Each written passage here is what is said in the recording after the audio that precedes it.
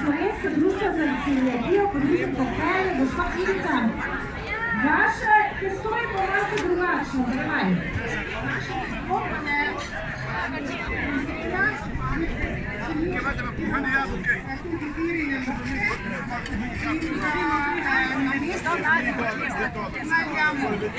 Kakšna moka je potem?